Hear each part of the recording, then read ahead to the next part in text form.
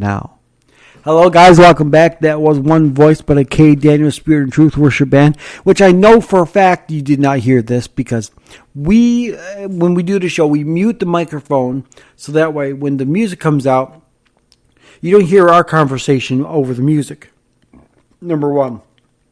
Number two, excuse me for a minute there. Number two, we don't have any interference. And three, I don't sing very well, so some days I don't want to have you hear my lousy singing. But every time we've done this show, and I've done this many times, Chris, and for the life of me, I do not know why, and don't say anything just yet, Chris, I do not know why for the life of me that you could never hear the song, but a miracle happened today. Chris heard the music. I don't know how in the world that it happened. I don't think I've changed a single thing on this interface and the way I connect with you through this phone.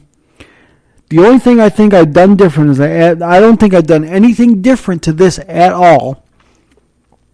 But by some weird miracle, Chris heard the music today. How loud was it, Chris?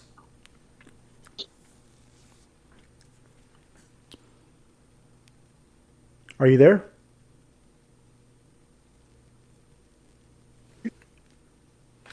Chris, are you there?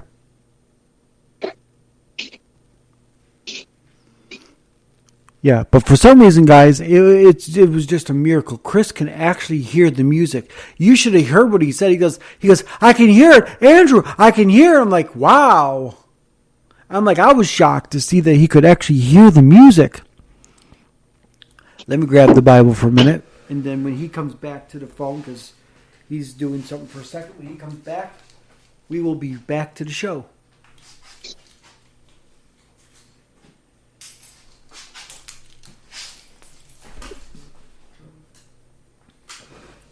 Like I said, God knows what's going on, guys, and God knows that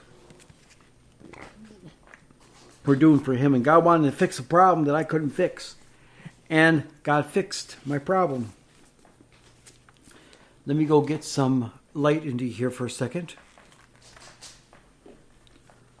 I'll be right back in just a brief second, guys.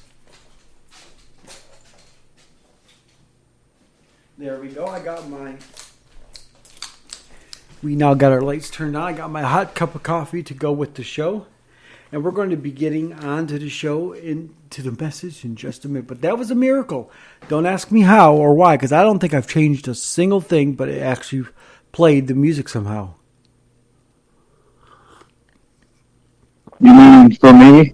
Yeah, for you. You could hear, you said, didn't you? Yeah. Was it loud or was it quiet? Or how was the music? It was perfect. That's the strangest thing, though. Me and Chris would notice this, and you can test this. We would do something that we've always done before, and that never worked. And then all of a sudden, something would happen. It would come in. Let me see. Let me give the Lord a clap offering on that note and see. That's called pushing the devil out and bringing God in.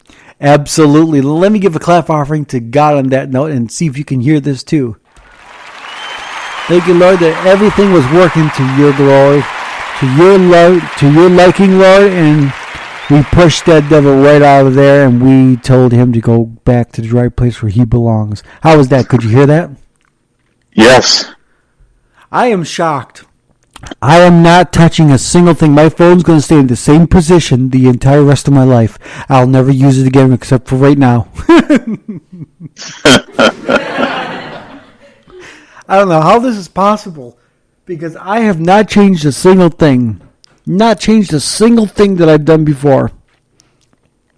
That is just God sent right there. So let's get into our word while we're praising God again. Let's get into our word and let's get to the message so we can continue praising God because this is great. Because now if this is going to continue to work, I'm going to test this out tonight.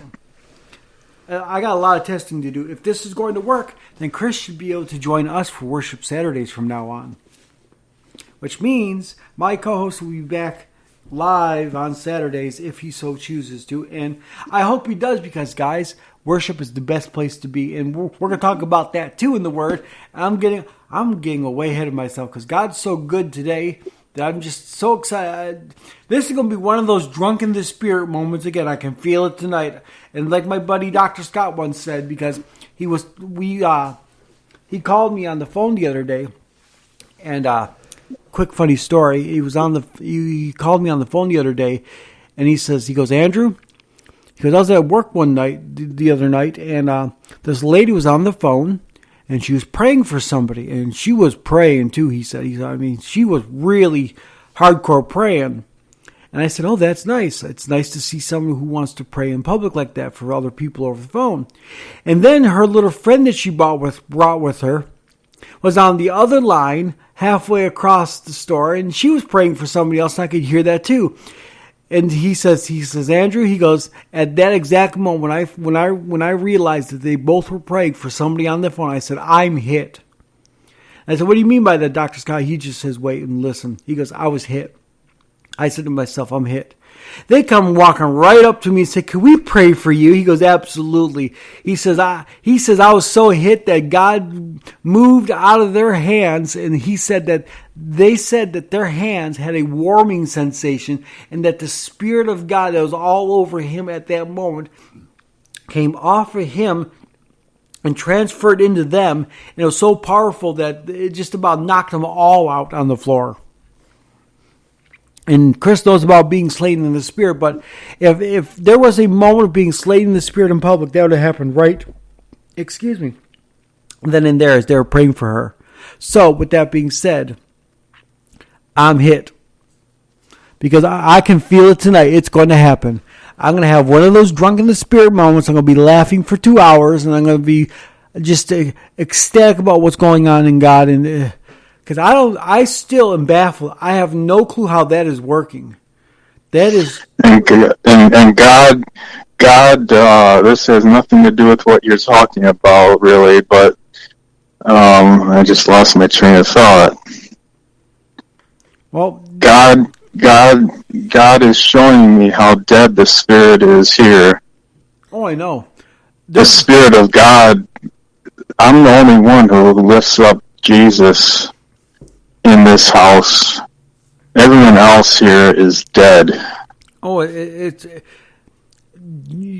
fact, they're against God.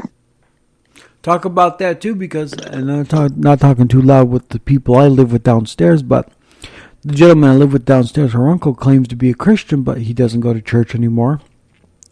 He works his butt off a lot, but he doesn't go to church anymore.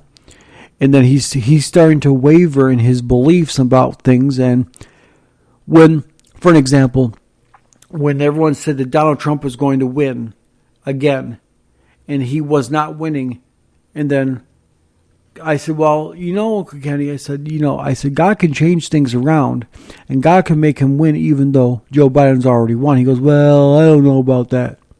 So he's wavering a little bit. He used to be big on we used to go to church every Sunday morning, me and Uncle Kenny, but we don't do that no more. I go to my own church now.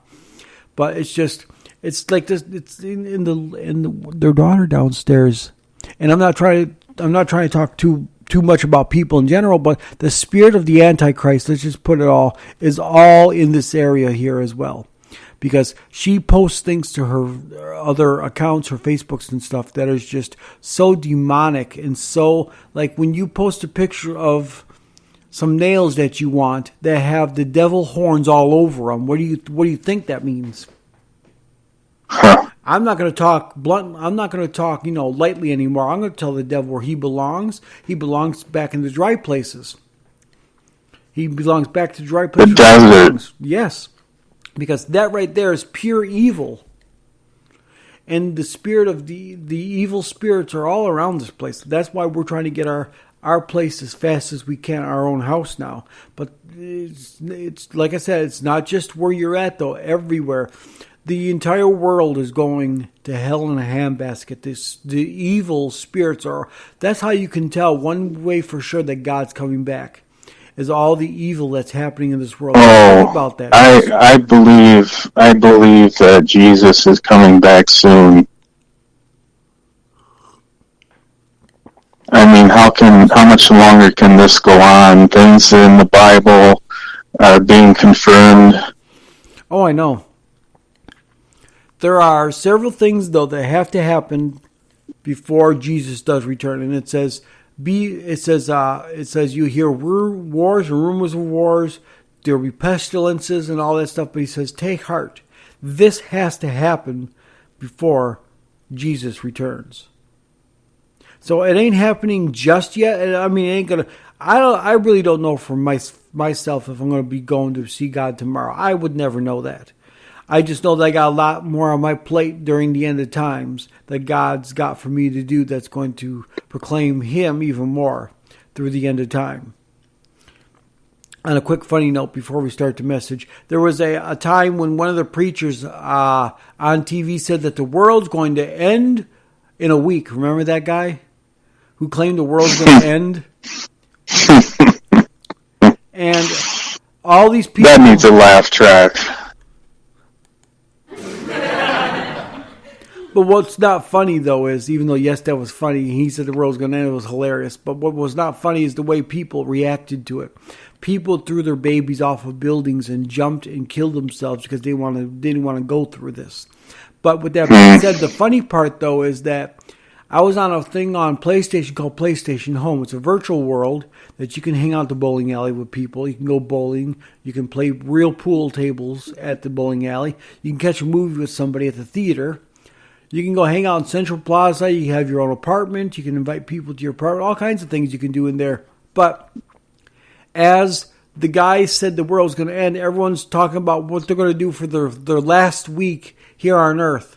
They go, well, what are we going to do for our last week? Let's discuss what we're going to do for the very last week of our being here, because the world's ending next week. We got to do something big. And there's no one but the Father knows when Jesus is coming back. Not even Jesus himself knows. Jesus is probably going to, Father, are you ready to send me out yet? I'm standing here waiting. I'm just waiting. Are you ready yet? He don't even know. It's like Jesus is probably doing one of those little. You ever seen like a movie like what was that called? That movie called Are We There Yet? You ever seen that movie? No, I want to though. I never seen it, but it sounds funny. But yeah, I saw the coming attractions for it. It looks good. I have it. Oh, well then good. You gotta watch it sometime. But it's the same thing the kids say in the car on a long trip. Are we there yet? Are we there yet? Jesus is like, are we there yet? Am I going back soon? Are we there yet? He don't even know when. He's still wondering, are we there yet? With that being said, we got that deserves another laugh. But with that being said, no one knows. And when the funny part was is when he said that was going to happen, everyone was determining what they're going to do for the last week. And I said, and I came specifically in one of the areas where I had a giant Ferris wheel in this virtual world. And I said, the world's not ending next week. They go, how do you know that? I said, I read the Bible. And that's when I use that to minister to people and pray for people right straight through home on the internet. And God used me mightily in that area, but He brought a bunch of people my way that wanted to know how I knew the world was not going to end yet. And how I know. Sounds like, this guy sounds like the one that said, we never went to the moon. Oh, I Did know. you ever hear him? Oh, yeah. It's one of those things where they say it was faked. Yeah. The Hollywood was involved and... Yeah, right. But they all came up to me